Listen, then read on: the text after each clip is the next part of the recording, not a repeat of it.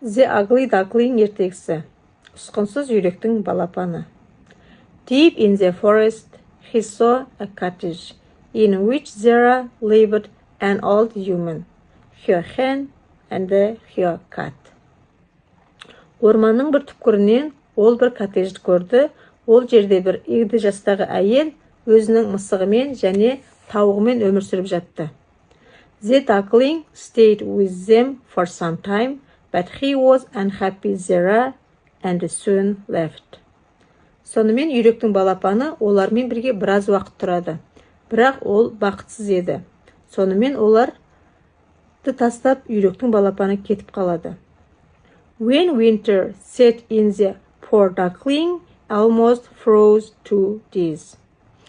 Қыс түскен кезде үйректің балапаны күннің суықтығы сонша суықтан қатып өліп қала жаздайды.